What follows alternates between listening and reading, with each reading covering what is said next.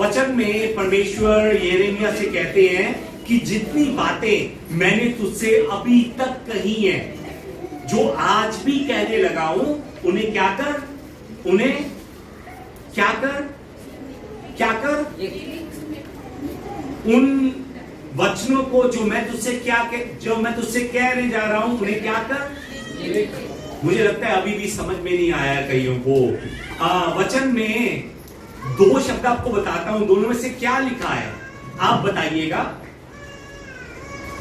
पुस्तक उठाकर जो वचन मैं तुझे अब से बताने वाला हूं, या जो अभी तक तुझे बताया है, उन वचनों को सुन या लिख। क्या लिखा हुआ है?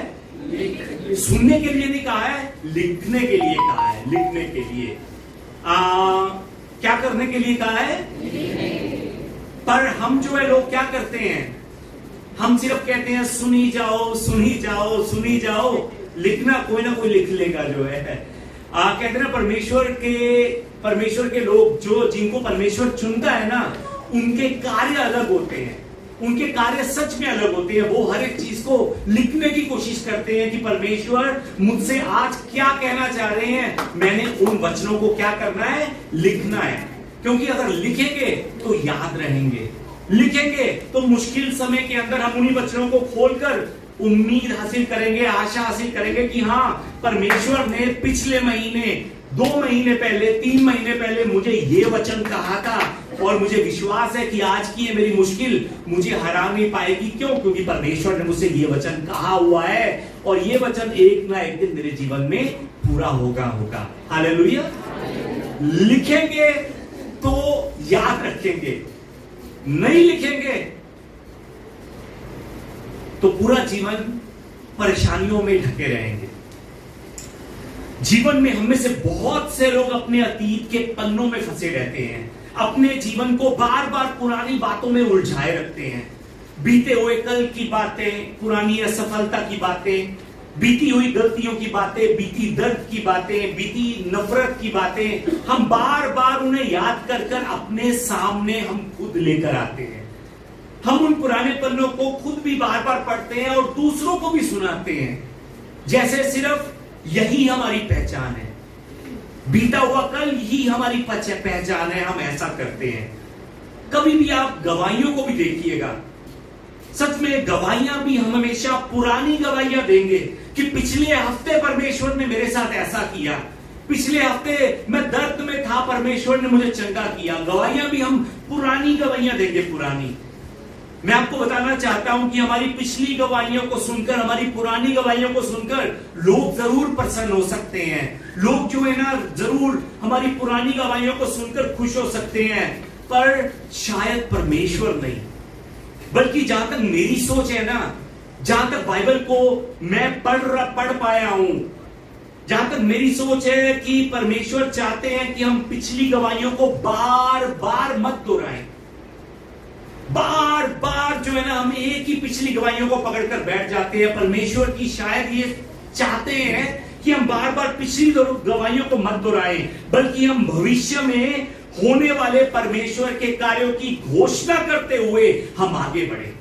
समझ रहे हैं जो बात कर रहा हूं? मुझे लगता है कि आप सब सहमत नहीं है। आप सब चाहते हैं कि जो पीछे परमेश्वर ने मेरे जीवन में किया है, उन्हीं बातों को मैं अपने साथ में लेकर पूरा जीवन आगे चलता रहूंगा। सच में मैं आपको बताना चाहता हूं, अगर पिछले में खोए रहेंगे ना, तो कभी भी आगे जो पड़ा हुआ है ना, वो आपको दिखाई नहीं देगा। अगर आप मेरी बात पर राजी होते ना, तो सच में आमीन ऊंची आवाज में कहते आप।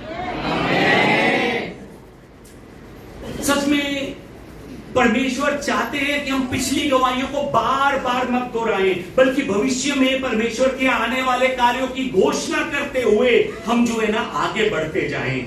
हम विश्वासी जो है ना, हम सच में विश्वास में ये कहें कि परमेश्वर आने वाले समय में मुझे ऊंचाइयों पर लेकर जाएगा।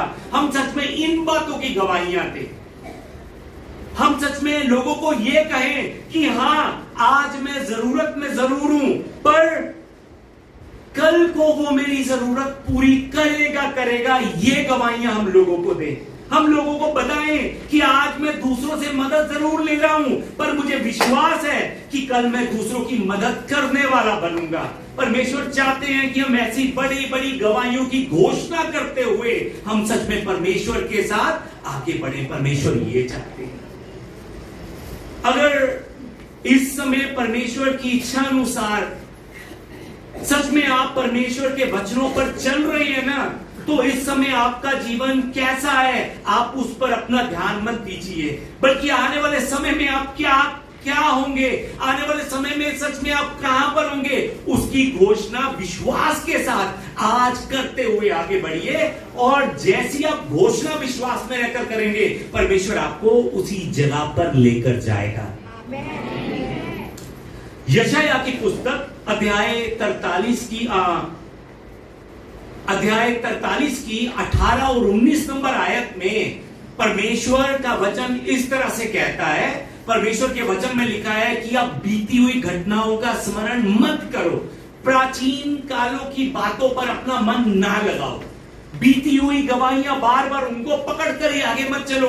बीती हुई बातें कि हाँ परमेश्वर ने लाल समुद्र दोभागा किया था, परमेश्वर ने सच में ऐसा किया था, ऐसा किया था, वैसा किया था, सच में उन्हें याद रखो। पर बार बार बार बार बार बार सिर्फ किताबों में परमेश्वर को मत ढूंढो, सिर्फ बाइबल के अंदर ही परमेश्वर कार्य करता है ऐसा मत सोचो। बार बार उन प्राचीन कालों की घटना पर मन ना लगाओ कि हाँ परमेश्वर ने उनके साथ ऐसा किया था, उनके साथ ऐसा किया था। परमेश्वर आप सबको कहते हैं कि मैं एक नई बात करता हूं। किससे? आपसे वो बात करते हैं, आपसे। परमेश्वर नई बात करते हैं आपसे। पिछले हफ्ते उन्होंने चंगा किया था, वो पुरानी बात है। परमेश्वर आपसे नई बात करते हैं और वो बात अभी प्रकट नहीं हुई है, वचन में लिखा है वो प्रकट होगी। कब होगी? जिस समय आप विश्वास के साथ परमेश्वर के वचन को पकड़कर घोषणा कर देंगे कि मेरे साथ ऐसा होगा, तब परमेश्वर कहते हैं कि मैं नई बात करता हूं और वो अभी प्रकट होगी। सच में विश्वास के साथ सभी अभी से, विश्वास के साथ आप सब अभी से उन भविष्य में होने वाली बातों की गवाही देते हुए घोषणा कीजिए कि आपका आने वाला भविष्य प्रभु यीशु मसीह में कैसा है। इस बात की अभी से घोषणा कीजिए, अभी से। आज मैं आपको बताना चाहता हूं कि आज जो भी मुश्किलें आपके जीवन में चल रही हैं, यहीं पर आपका जीवन रुक नहीं जाता। ये मुश्किलें आपके जीवन की किताब का अंतिम पन्ना नहीं है, याद रखिए इस बात को। ये मुश्किलें आपका अंतिम अध्याय नहीं है, आपका लास्ट चैप्टर नहीं है। ये मुश्किलें, ये सिर्फ आपके जीवन की पुस्तक के बीच का एक पन्ना है, सिर्फ मुश्किल की बीच का एक पन्ना। परमेश्वर अभी भी आपकी कहानी लिख रहे हैं। परमेश्वर अभी भी आपकी कहानी लिखते हुए सच में वो कार्य कर रहे हैं। आपकी कहानी, याद रखिए, अभी भी लिखी जा रही है। आपकी कहानी खत्म नहीं हो गई है, रुक नहीं गई है। आपकी कहानी अभी भी लिखी जा रही है। इस बात को याद रखिए। बहुत से लोग जो है ना, वो सिर्फ पुरानी इतिहास की बड़ी बड़ी बातें करते हैं, लेकिन परमेश्वर चाहते हैं कि हम सिर्फ इतिहास की बड़ी बड़ी बातें करने वाले नहीं, हम अपने जीवन में इतिहास को रचने वाले बने। परमेश्वर चाहते हैं, सच में लोग इतिहास की बड़ी बड़ी बातें करते हैं लेकिन इतिहास बनाने वाले नहीं बनते। परमेश्वर के साथ रहने वाले लोग बाइबल को ध्यान से पढ़िए, सिर्फ उन्होंने इतिहास की बातें नहीं की है, बल्कि परमेश्वर के साथ रहकर उन्होंने अपने विश्वास के द्वारा एक नया इतिहास भी रचा है। याद रखिए इस बात को। बहुत से विश्वासी सिर्फ सोचते हैं कि परमेश्वर ने उनके जीवन में कुछ किया था, सोचते हैं कुछ किया था, या फिर बहुत से लोग सोचते हैं कि परमेश्वर ने बाइबल में कुछ अद्भुत कार्य किए थे। परमेश्वर ने बाइबल में बहुत अद्भुत कार्य किए थे, पर वे इस बात को समझने में असफल हो जाते हैं कि परमेश्वर उनके जीवन की पुस्तक में आगे क्या लिखने वाला है। वो इस बात को समझने में बिल्कुल नाकामयाब हो जाते हैं।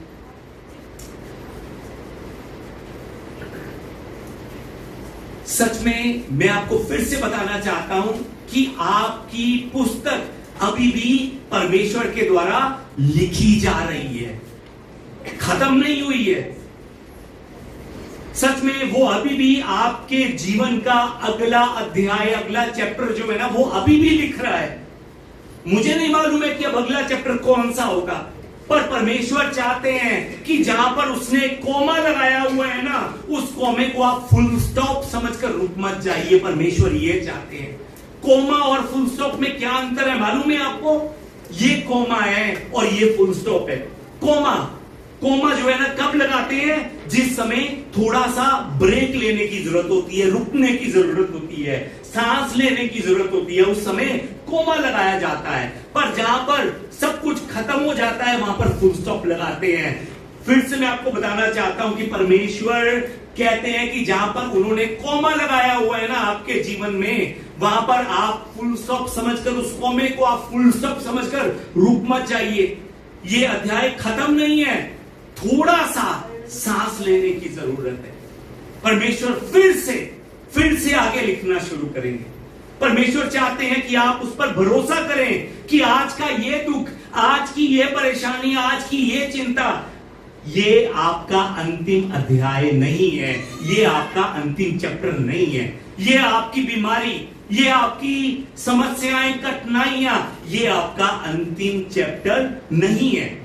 विश्वास कीजिए कि अब जो कुछ भी आपके लिए परमेश्वर द्वारा आगे लिखा जाएगा ना, वो जो पीछे लिखा था उससे अधिक महान होगा। इस बात पर विश्वास कीजिए। सच में विश्वास करेंगे तब वैसा लिखा जाएगा। विश्वास करेंगे तो जीवन के पहाड़ जो है ना हम हिला पाएंगे अपने विश्वास के द्वारा। आज मैं बाइबल में उन लोगों के बारे में पहले थोड़ा सा आपको मैं बताना चाहता हूं जिन्हें बाइबल स्क्राइब्स कहकर पुकारती है। एक बार मेरे पीछे बोले शब्द स्क्राइब्स।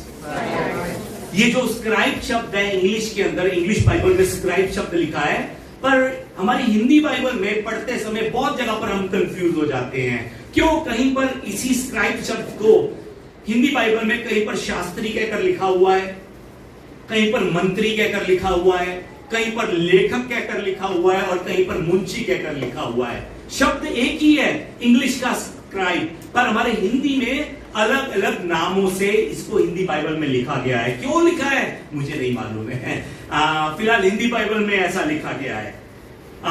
इस स्क्राइब को हम शास्त्री, मंत्री, लेखक और मुंशी कहते हैं, कह सकते हैं। नए नियम में भी हम देखते हैं कि यीशु मसीह ने भी शास्त्री और फरीसियों को लेकर बहुत शब्द कहे हैं। वो जो शास्त्री हैं वो कौन है?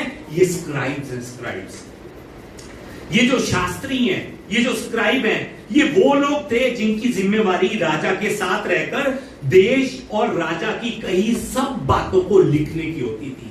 राजा कहेगा, जो भी अपने हॉल में बैठकर राजा कहेगा, राजा की सब बातें लिखने का काम किसका था? इन शास्त्रियों का था। एक भी शब्द छोड़ते नहीं थे वो। जो राजा ने जरूरी बात कही है उस हर एक जरूरी शब्द को लिखना इन लोगों का काम था, इन शास्त्रियों का काम था, इन स्क्राइब्स का काम था। उदाहरण के रूप में हम देख सकते हैं कि एजरा जो था, एजरा भी एक शास्त्री था। बाइबल हमें बताती है कि एजरा शास्त्री भी था और याजक भी था। और शास्त्रियों का विशेष काम यह था कि वे कागज या फिर स्क्रोल लेकर, स्क्रोल समझते हैं, यानी कि पुराने समय में हमारे जैसे कॉपियां नहीं होती थी, पुराने समय में ये स्क्रोल होते थे। ये उन शास्त्रियों का काम था कि ये कागज या फिर ये स्क्रोल लेकर राजा या फिर नबी की बातों को लिखे और एक स्थायी रिकॉर्ड के रूप में संभाल कर उन सब बातों को जमा करें एक जगह पर। ये शास्त्रियों का काम था उस समय। समझ रहे हैं जो बात कर रहा हूं? जो भी राजा कह रहा है या फिर नबी की जो बातें हैं उन्होंने लिखनी है और लिखकर, जरूरी बातें लिखकर उन्होंने एक जगह पर इकट्ठी करनी है, जमा करनी है। उस समय के जो राजा थे ना, वो हर बात का रिकॉर्ड रखते थे, हर एक बात का जो उन्होंने अपने हॉल में बैठकर की थी।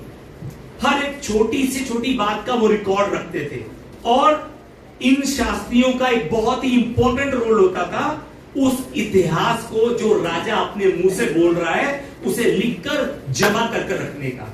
सोचिए कि राजा ने जो बोला है और इन शास्त्रियों ने उन चीजों को नहीं लिखा।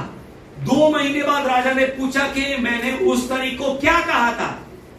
अगर इन्होंने नहीं लिखा या फिर लिखकर वो कागज फेंक दिया तो सच में उनको सजा मिलती थी, सजा उस समय। इसलिए राजा जो भी बोलता था ना उनको लिखना जरूरी होता था और लिखकर जमा करना जरूरी होता था, क्योंकि राजा किसी भी समय पिछले समय में क्या बात हुई थी मुझे बताओ वो पूछ सकता है। उदाहरण के तौर पर हम एस्टर की पुस्तक में देख सकते हैं। एस्टर की पुस्तक अध्याय 6 को जब हम देखते हैं तो 6 नंबर अध्याय में हम पढ़ सकते हैं कि एक दिन राजा को रात को नींद नहीं आ रही थी, उसे नींद नहीं आ रही थी। उस समय उसने अपने सभी शास्त्रियों को बुलाया और बुलाकर वो सब पुरानी बातें और वो सब पुराना रिकॉर्ड लेकर आने के लिए कहा। उन बातों को लेकर, उन रिकॉर्ड को लेकर आने के लिए कहा और उन बातों को पढ़वाया जो उसने अपने सिंहासन में बैठकर की थी। जब वो स्क्रोल खुलता है, जब वो किताबें खुलती हैं, तब वहां पर एक व्यक्ति जिसका नाम मोर्देके होता है उसके बारे में लिखा होता है। वहां पर यह लिखा होता है कि ये जो मोर्देके है, इस मोर्देके ने राजा के खिलाफ होने वाली हत्या की साजिश के बारे में कहीं से सुना, किसी से सुना कि लोग जो है ना राजा की हत्या की साजिश कर रहे हैं, और उस मोर्देके ने वो खबर जाकर महल के पहरेदारों को बताई। अब ये चीज लिखी हुई थी। अब ये बात सुनने के बाद राजा जो है ना वो अचानक उठ खड़ा होता है और बोलता है कि जिस आदमी ने मुझे और मेरे राज्य को बचाया, क्या हमने उसे कोई इनाम दिया? ध्यान से सुनिएगा, राजा भूल गया था ये बात। जिस समय वो पुराने कागज को उठाते हैं और पढ़ते हैं, उस समय मोर्देके का नाम लिखा होता है और उसमें यह लिखा होता है कि इस मोर्देके नाम के व्यक्ति ने राजा की हत्या की साजिश के बारे में पहरेदारों को चौकन्ना किया था। अब राजे को चाहिए था कि इसे इनाम दे, पर राजा भूल गया था। पर जब उन्होंने पढ़ा, जब राजा ने कहा कि हमने इसे इनाम दिया कि नहीं दिया, तो उस जगह पर वो शास्त्री कहते हैं कि हम इतिहास के इन पन्नों को देख रहे हैं कि उस आदमी को हमने कुछ भी इनाम नहीं दिया है। ये मैं आपको पूरी कहानी नहीं बता रहा हूं, मोटा मोटा बता रहा हूं कि कोई भी इनाम नहीं दिया है। तो उसके बाद क्या होता है, अंत में जाकर मोर्देके को बहुत बड़ा इनाम दिया जाता है। क्यों दिया जाता है? क्योंकि इसकी बात किसी शास्त्री ने रिकॉर्ड में लिख दी थी। अगर वो ना लिखता तो क्या इसे इनाम मिलता? कभी नहीं मिलता। उसने लिख दी थी, इसलिए मोर्देके को ये इनाम मिला। याद रखिए, ये शास्त्री जो है ना, ये वो लोग थे जो राजा को उसके दायित्वों का, कर्तव्यों को याद दिलवाते थे। उनके पास राजा को पुरानी से पुरानी बात याद दिलवाने की क्षमता थी इन शास्त्रियों के पास।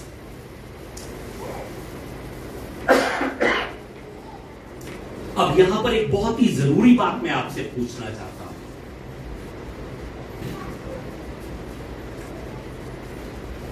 आपका राजा कौन है?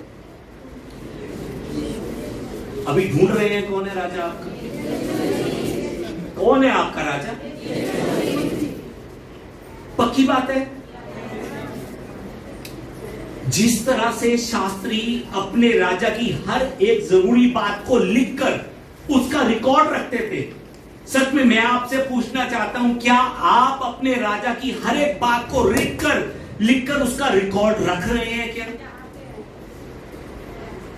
जब परमेश्वर आपसे कोई बात करता है तो सच में मैं बताना चाहता हूं कि आपको चाहिए कि आप उसकी जरूरी बातों को लिखें, उसकी जरूरी बातों को नोट करें। परमेश्वर की वो बातें, परमेश्वर के वो वादे जो आपके मन को छूते हैं, आपको चाहिए कि आप भी उन सभी बातों को लिखें और उन्हें नोट करें। जब आप बाइबल पढ़ते हैं या फिर जब आप वचन को सुनते हैं, तो आप कभी भी ये मत सोचिए कि ये वचन मुझे याद रह जाएगा। मैंने भी अपने छोटी सी उम्र में देखा है, अगर मैं भी नहीं लिखता ना, मैं भी बहुत कुछ भूल जाता हूं। और बहुत कुछ भूलने का मतलब क्या है? परमेश्वर की बहुत सी आशीषें मेरे पास में होने के बावजूद भी मेरे पास नहीं पहुंच पाती। क्यों?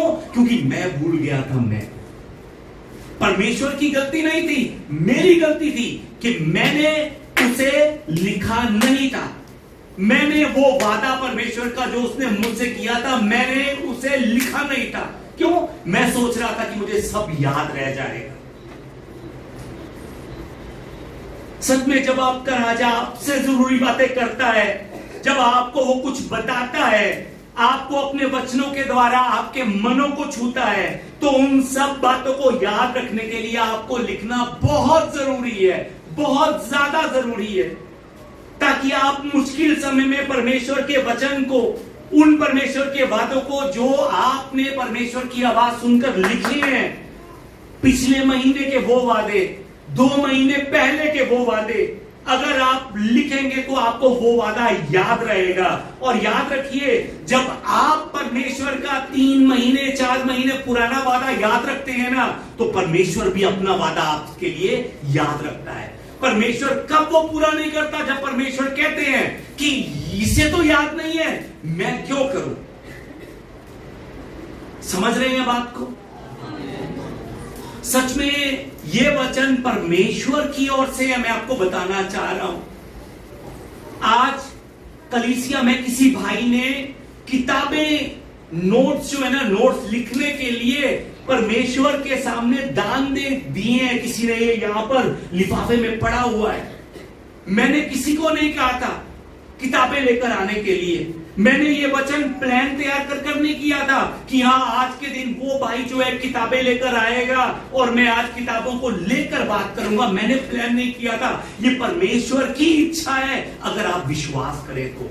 पर अगर अभी भी आप अपने दिमाग को परमेश्वर की इच्छा के आगे रखेंगे, तो मैं आपको बताना चाहता हूं, जिन मुश्किलों में अभी तक हम जीते आए थे ना, उन्हीं मुश्किलों में हम आगे चलते रहेंगे। उन्हीं मुश्किलों में हमारे पास बहाने बहुत हैं कि मैं नहीं लिख सकता, मैं नहीं पढ़ सकता। हमारे परिवार में कोई ऐसा सदस्य नहीं है। हमारे परिवार में कोई एक सदस्य जरूर पढ़ सकता है, जरूर लिख सकता है। परमेश्वर के वचन को लिखिए, उसे कहिए लिखने के लिए, घर में जाकर उन वचनों को फिर से पढ़िए। और सच में जब परीक्षा में पढ़ता है कोई इंसान, तो उन्हीं वचनों को खोलकर फिर से पढ़वाइए उससे कि परमेश्वर ने इस तारीख को मुझसे क्या वादा किया था। सच में परमेश्वर चाहते हैं कि हम करें, हम अपनी बुद्धि पर, अपनी समझ पर हम भरोसा ना रखें, परमेश्वर के वचनों को हम याद रखें। जब मैं पिछले 6 सालों की अपनी भारत में सेवकाई को देखता हूं ना, तो सच में मैं परमेश्वर का बहुत धन्यवाद करता हूं, बहुत धन्यवाद करता हूं कि सच में परमेश्वर ने किस तरह से एक एक कर मुझे आप सबसे मिलाया। सच में बहुत धन्यवाद करता हूं उस बात को याद करता हूं, किस तरह से परमेश्वर ने हमारी कलीसिया में कार्य किया। सच में उस हर एक बात को मैं भूला नहीं हूं। क्यों नहीं भूला हूं? मैं हर एक बात को लिखने की कोशिश करता हूं। परमेश्वर ने इस तारीख को हमारी कलीसिया में ये काम किया था, इस तारीख को सच में ये पहली बार हमारी कलीसिया में आया था, इस तारीख को ये काम हुआ था। सच में मैं कोशिश करता हूं उन हर एक चीजों को लिखूं, पर उन्हीं चीजों को लिखकर उन्हीं चीजों में खो नहीं जाता। मेरे जीवन में भी परमेश्वर ने बहुत गवाहियां तैयार की है, पर एक ही गवाहियों को बार बार मैं दूसरों के साथ बांटता नहीं हूं। एक्चुअली हमारे लिए पुरानी बातें करना बहुत आसान है, लेकिन परमेश्वर चाहते हैं कि परमेश्वर के उन वादों को जो परमेश्वर ने आपसे किए हैं, जो बातें जो परमेश्वर अपने वचन के द्वारा मुझसे और आपसे कर रहे हैं, उन्हें हम लिखें और हम देखें कि किस तरह से परमेश्वर का वचन हमारे भविष्य में पूरा होता है। हम उसे लिखें और चेक करें। नहीं लिखेंगे तो चेक नहीं कर पाएंगे, याद रखिए इस बात को। कठिन समय में जब हम परमेश्वर के वचन को, जो वो हमसे बोलता है, उस वचन को, उन वचनों को जब हम खोल कर पढ़ते हैं ना, कि परमेश्वर ने मुझसे ऐसा कहा था, उसने मुझसे ये वादा किया था, तो उस मुश्किल घड़ी में भी हम विश्वास के साथ जीत की घोषणा कर सकते हैं। ऐसा करने से हम अपनी विश्वास की यात्रा को और मजबूत बना सकते हैं। ऐसा करने से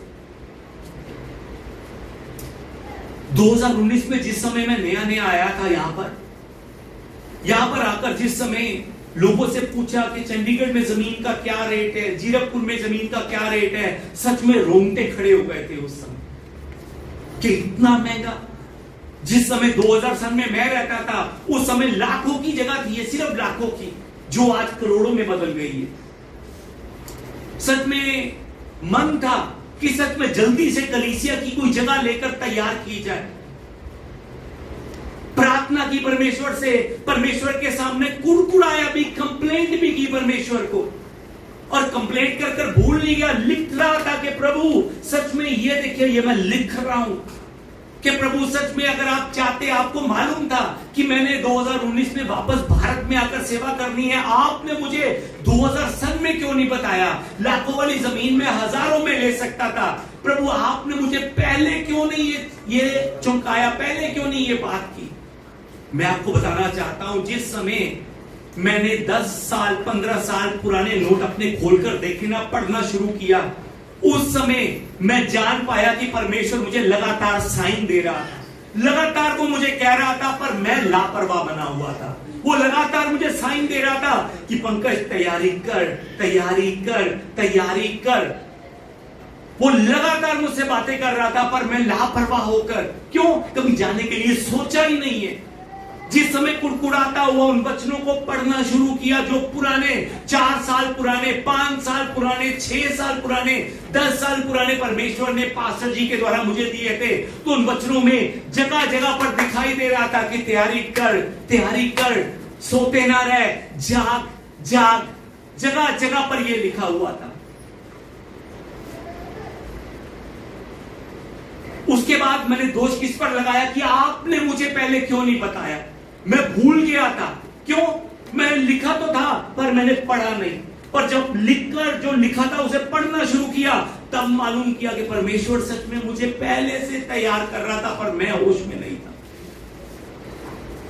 उसके बाद परमेश्वर का एक और वादा परमेश्वर ने उस समय किया, पंकज जो हो गया उसको भूल जा, अब तू समझ गया, तेरे लिए ये भी बहुत है, और अब तू जमीन के लिए बहुत ज्यादा प्रार्थनाएं ना कर। इस समय तुझे जमीन की जरूरत नहीं है, इस समय तुझे जमीन पर खड़े होकर आराधना करने वालों की जरूरत है। अगर प्रार्थना करनी है तो जमीन पर खड़े होकर आराधना करने वालों के लिए प्रार्थना कर, जमीन के लिए प्रार्थना मत कर। जिस समय मुझे लगेगा कि तुझे कुछ देना है, उस समय मैं अपने आप तुझे दे दूंगा, अपने आप।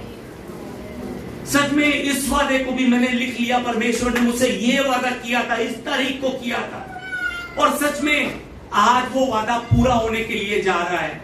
और मैं आपको यह भी बताना चाहता हूं कि सच में परमेश्वर के अनुग्रह से जो वादा पूरा होने के लिए जा रहे हैं ना, उसको भी मैं अब कुछ दिनों बाद धन्यवाद कहकर, गवाही है पर धन्यवाद कहकर इस गवाही को भी अब छोड़ दूंगा। क्यों छोड़ दूंगा? क्योंकि मुझे मालूम है कि अगर एक ही गवाही को पकड़कर बैठ गया ना, तो आगे मैं कुछ नहीं कर पाऊंगा, कुछ नहीं। परमेश्वर ने अभी तक हमारी कलीसिया में जो भी कार्य किए हैं ना, सच में उसके लिए बहुत धन्यवाद करता हूं परमेश्वर का।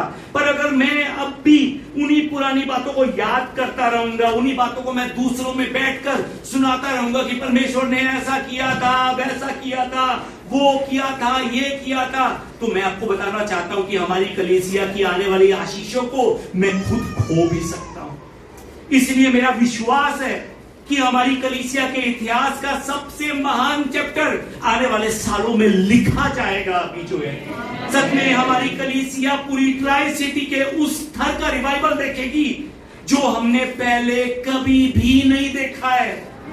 और मुझे ये सच में परवाह नहीं है कि आप इस बात पर विश्वास करते हैं कि नहीं करते, क्योंकि मैं जानता हूं, मैं विश्वास करता हूं कि ये लिखा हुआ है, परमेश्वर ने ऐसा लिखा हुआ है, और जब समय आएगा हम सब मिलकर देखेंगे उसको। सच में लोग इस बात पर बहुत ध्यान देते हैं कि वो कहां पर थे, बजाय इसके कि परमेश्वर उन्हें कहां पर लेकर जाना चाहता है, उसके बारे में नहीं सोचते लोग। वो कहां पर थे इस पर अपना ध्यान लगाकर रखते हैं कि मैं पहले ऐसा था, मुझे यहां तक लेकर आए, मैं पहले वैसा था, मुझे यहां तक लेकर आए। परमेश्वर चाहते हैं सिर्फ पहले क्या थे यहां तक रुको मत, आगे तुम क्या बनोगे उस पर अपना ध्यान लगाकर रखो, उस पर अपनी नजरें लगाकर रखो, अपना विश्वास उस आगे की तरफ को बढ़ाकर रखो। परमेश्वर चाहते हैं कि सच में आप पुरानी चीजों पर बहुत ज्यादा अपना मन, अपना ध्यान मत लगाकर रखिए। पुरानी पुरानी है, आगे नया आपके लिए बहुत कुछ रखा हुआ है, पर वो तब मिलेगा जब आप अपना ध्यान नए की ओर लगाओगे। हालेलुया। पतरस का उदाहरण एक बताना चाहता हूं आपको। सच में हम सब जानते हैं कि पतरस जो है वो पानी पर चला, पर कभी आपने ये सोचा है कि पतरस की इतनी बड़ी गवाही कि पतरस पानी पर चला, पतरस ने अपनी पत्रियों में उस गवाही को क्यों नहीं लिखा? पतरस ने 1, 2, 3 पत्रियां लिखी हैं, उन पत्रियों में कहीं पर भी पतरस ने अपनी गवाही नहीं लिखी। सोचिए कि अगर आप पतरस की जगह पर होते या मैं पतरस की जगह पर होता तो मैं अपनी गवाही बार बार लिखता, हर एक अध्याय के बाद लिखता, क्योंकि बहुत बड़ी गवाही है कि मैं पानी पर चला। पर पतरस ने अपनी पत्रियों में कहीं पर भी ये गवाही नहीं दी, कहीं पर भी ये टेस्टिमनी नहीं दी कि मैं पानी पर चला हूं। उसकी टेस्टिमनी किसने दी? मरकुस ने दी, मती ने दी, लूका ने दी, पर पतरस ने अपने मुंह से कभी भी ये गवाही नहीं दी। क्यों पतरस ने अपने मुंह से गवाही नहीं दी?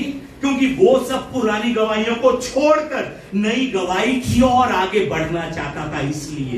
इसलिए उसने अपने मुंह से गवाही नहीं दी, लोगों ने उसकी गवाही दी। लोगों ने नए नियम में हम देख सकते हैं कि यीशु मसीह पापियों के साथ बैठते थे, यीशु मसीह उन्हें परमेश्वर के राज्य का प्रचार करते थे, उनके साथ बैठकर वो खाना भी खाते थे। पर हम कहीं पर भी ये नहीं देखते कि यीशु मसीह ने याजकों के साथ या फिर शास्त्रियों के साथ या फिर फरीसियों के साथ बैठकर खाना खाया हो। कहीं पर भी हम नहीं देखते ये नए नियम में, बल्कि यीशु मसीह उन शास्त्रियों से, उन फरीसियों से, उन याजकों से कहते हैं कि तुम पर हाय, तुम पर हाय। यीशु मसीह तुम पर हाय उन लोगों को क्यों कह रहे थे?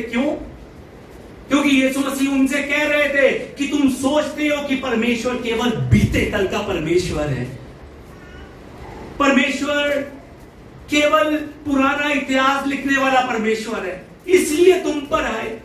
तुम्हारे सामने इस समय परमेश्वर खड़ा है, प्रभु खड़ा है, पर तुम पहचान नहीं पा रहे हो। मैंने सबत के दिन में किसी को चंगा किया है तो तुम कुड़कुड़ा रहे हो।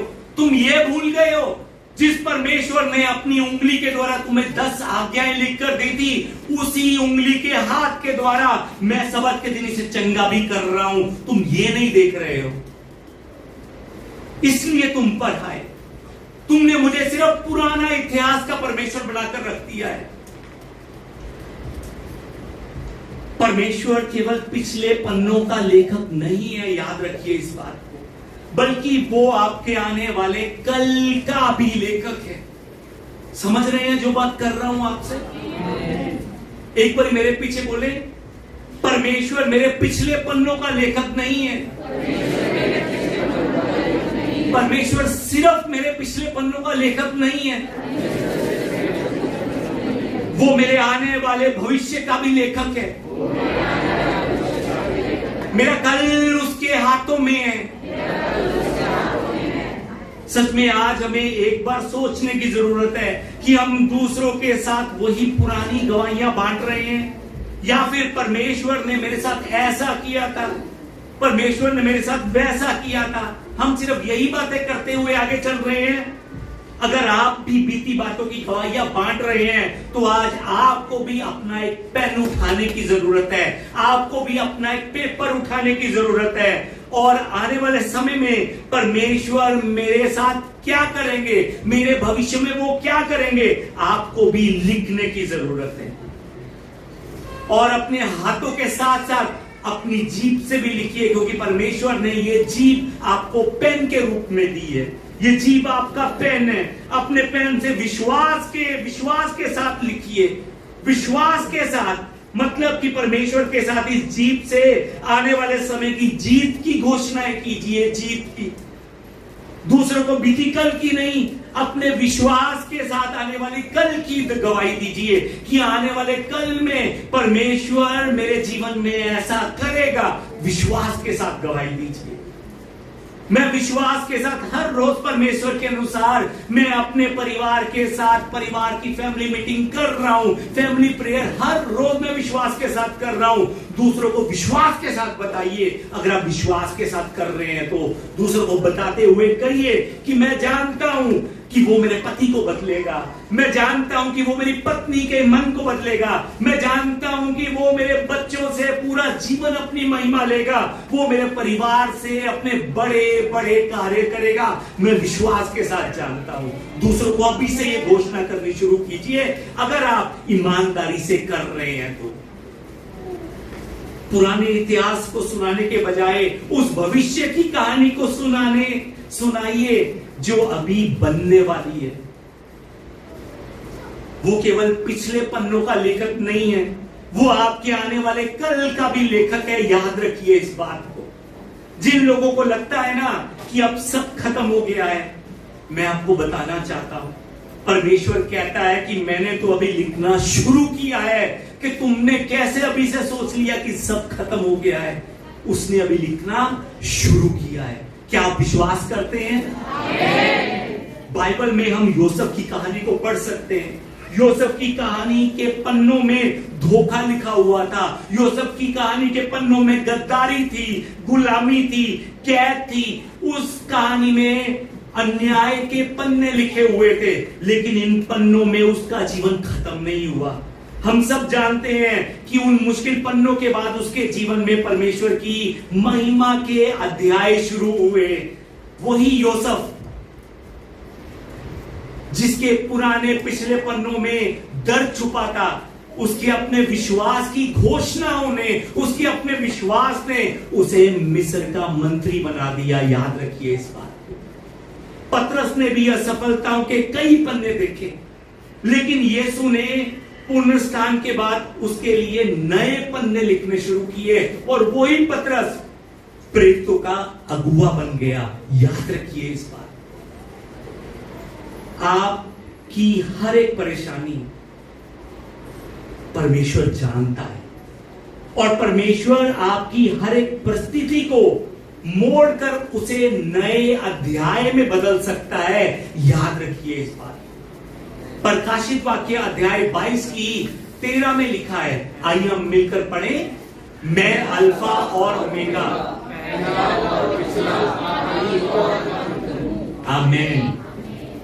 परमेश्वर कहते हैं कि अल्फा और ओमेगा मतलब पहला और पिछला, मतलब शुरुआत और अंत। कौन है? मैं हूं। जब परमेश्वर कहानी लिखता है ना, तो वो शुरू होने से ही अंत को भी जानता है। शुरुआत के पन्ने की शुरुआत करते समय वो अंत के पन्ने में भी उसने क्या लिखना है वो जानता है। पर वो क्या लिखता है? वो लिखता है जो आप अपने विश्वास के द्वारा लिखते हैं। वो सिर्फ वो लिखता है। उसने आपका जीवन एक उद्देश्य के साथ शुरू किया है और वो उसे पूर्णता में भी पहुंचाना जानता है। वो सच में पूर्णता में पहुंचाना जानता ही नहीं है। अगर आप ईमानदारी से उसके वचनों को याद रखते हुए उसके वचन अनुसार चल रहे हैं, तो वो सच में पूर्णता में आपको पहुंचाएगा। ये उसका वादा है आपके लिए।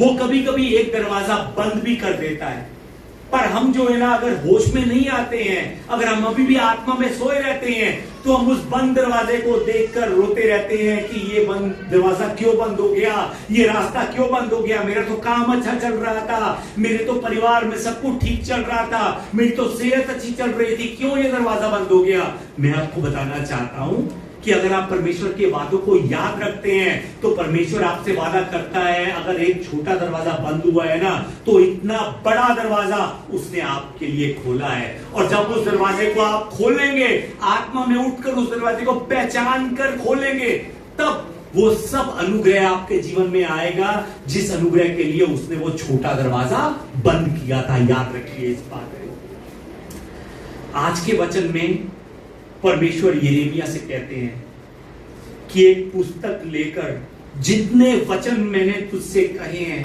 उन्हें लिख। जितने वचन मैं तुझे कहने के लिए जा रहा हूं उन्हें लिख, उन्हें लिख, उन्हें लिख।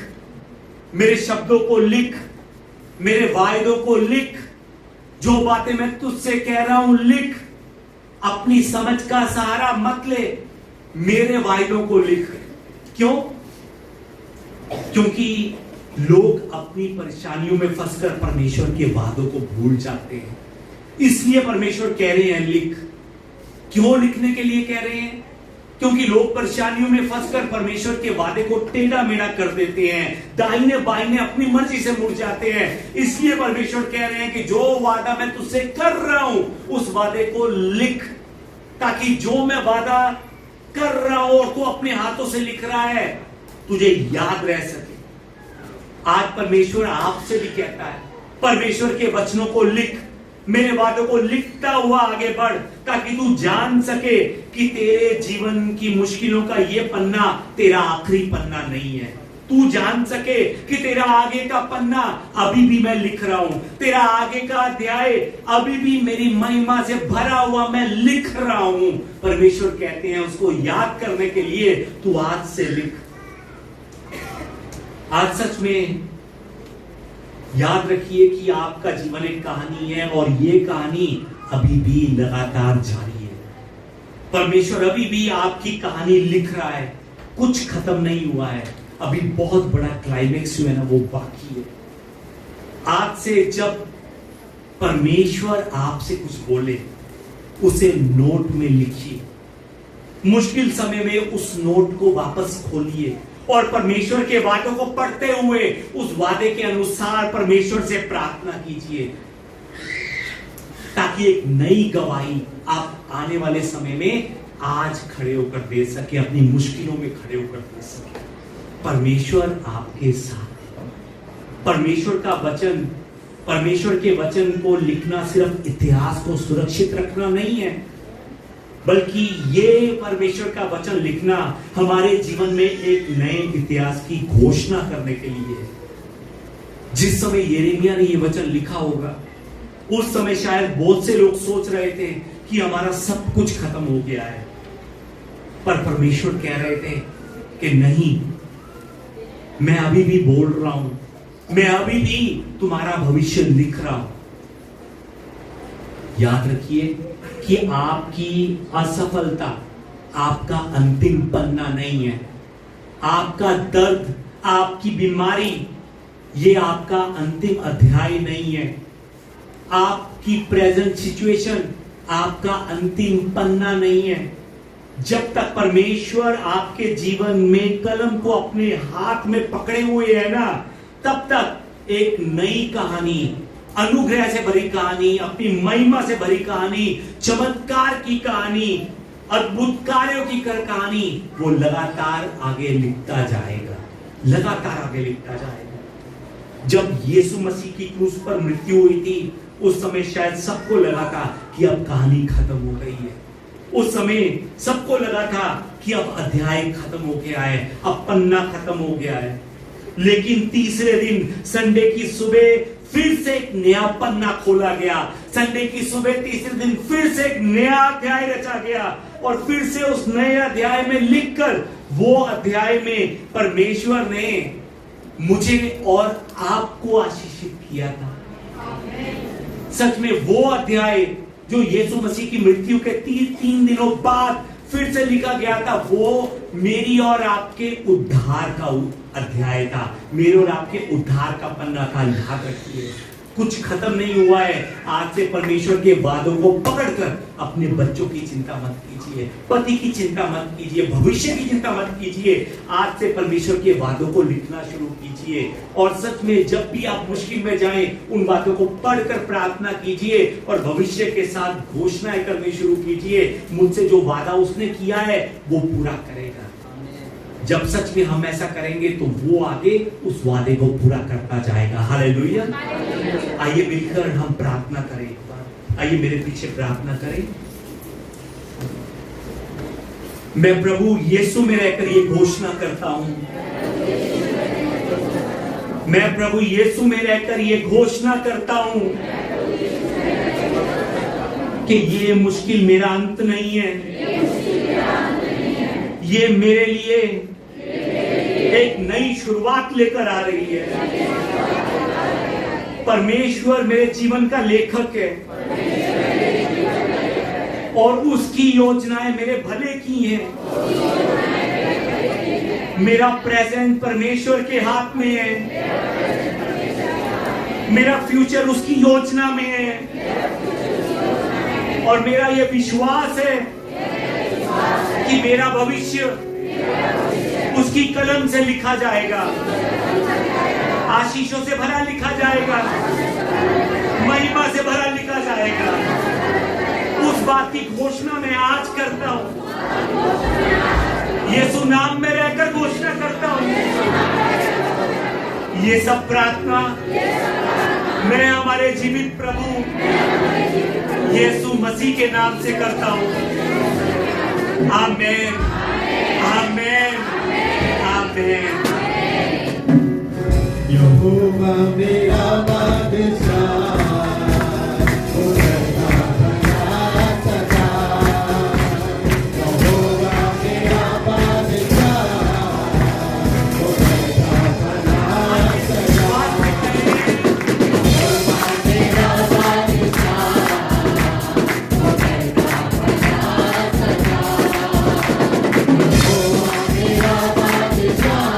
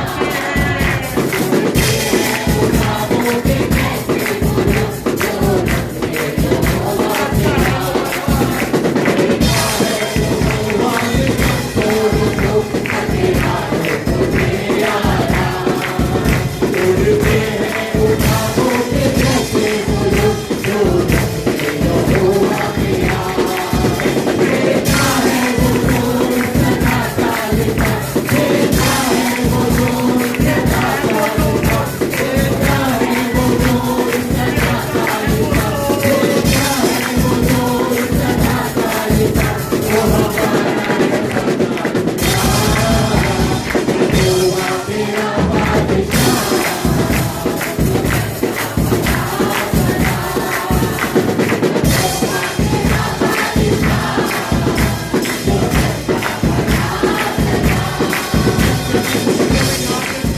वो परमेश्वर, अगर आप विश्वास करते हैं, अगर आप अपने पेट को खाकर आज विश्वास से घोषणा करते हैं, तो वो आपके लिए जंगलों में भी मार्ग निकालना चाहता है।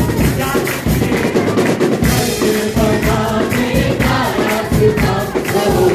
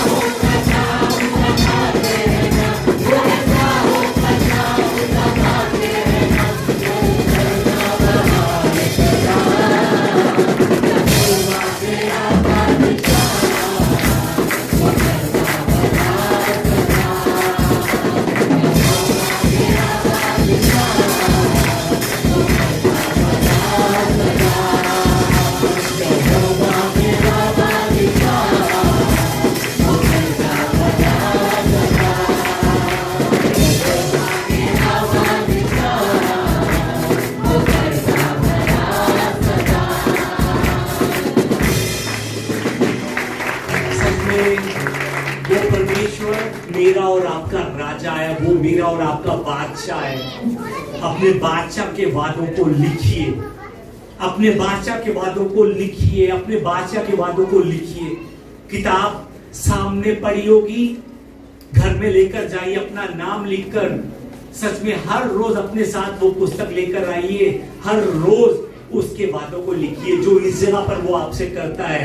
घर में जब आप बाइबल खोलते हैं उस समय जो वो आपसे करता है उन बातों को लिखिए, और मुश्किल समय में उन बातों को पढ़कर खोलिए और अपने भविष्य में नए इतिहास की घोषणा कीजिए। आइए हम प्रार्थना करें। पिता परमेश्वर, प्रभु जी, सच में प्रभु जी, मुझ में सबसे बड़ी कमी जो है वो ये है कि मैं भूल जाता हूं। प्रभु, मैं क्यों भूलता हूं? क्यों मैं बार बार भूल जाता हूं? भूलने के कारण क्यों बार बार मैं परीक्षा में पड़ जाता हूं? क्यों मैं बार बार मुश्किलों का सामना करता हूं? प्रभु, उसका कारण आपने बताया, क्योंकि मैं लिखने का भी नहीं हूं। प्रभु, ये लिखना मेरे लिए कितना जरूरी है। प्रभु जी, सच में अगर मैंने आज से 20 साल पहले जो लिखा था तो उसको मैंने बार बार ध्यान से पढ़ा होता, तो सच में 2019 में प्रभु जी आने से पहले मैं बहुत बड़ी जगह शायद आपके कार्यों के लिए ले सकता था। पर प्रभु, वो बहुत बड़ा आशीष, अनुग्रह मेरे हाथों से छूट गया, निकल गया। क्यों? क्योंकि मैंने लिखा तो, पर मैंने उस पर फिर ध्यान नहीं दिया। पर जब ध्यान दिया तब सच में पश्चाताप किया। प्रभु जी, उस दिन के बाद आपके जितने भी वचन हैं उनको लिखकर सच में जिस समय मुश्किल में होता हूं, जिस समय बीमारी में होता हूं, जिस समय परेशानी में होता हूं, जिस समय चिंताओं से घिरा होता हूं, उन वचनों को जब मैं फिर से पढ़कर खोलता हूं तो प्रभु जी आपका वो वादा मुझे दिखाई देता है, और उस वादे को पढ़कर मैं एक नई भविष्य की घोषणा कर सकता हूं।